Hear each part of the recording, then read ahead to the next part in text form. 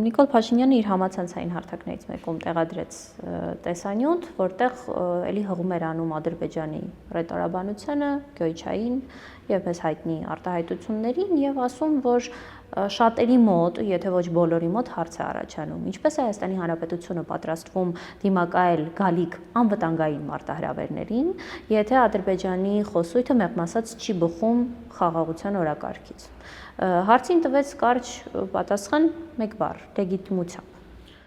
Տեսեք, այս ձեր հարցը լավ օրինակ է, թե ինչպես ես պիտի անեի, ինչպես չեմ անելու մեր քաղաքացիների հետ շփման ժամանակ։ Այն նախադասությունը, որ ես հիմա կասեմ,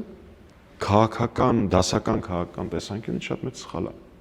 որովհետև քաղաքացիները դա չեն ուզում լսել։ Բայց ես այդ նախադասությունը ամեն դեպքում կասեմ, որովհետև հարգում եմ իրենց եւ համարում եմ, որ ճշմարտություն պիտի լսեն։ Լեգիտիմությունը մի խնդրեմ ունի, ինքը չի կրակում։ Ու երբ որ անհրաժեշտ է պաշտպանել հայրենիքը, ինքը այդքան էլ օգտավեր չի։ Լեգիտիմությունը բացարձակ անվտանգային կատեգորիա չի։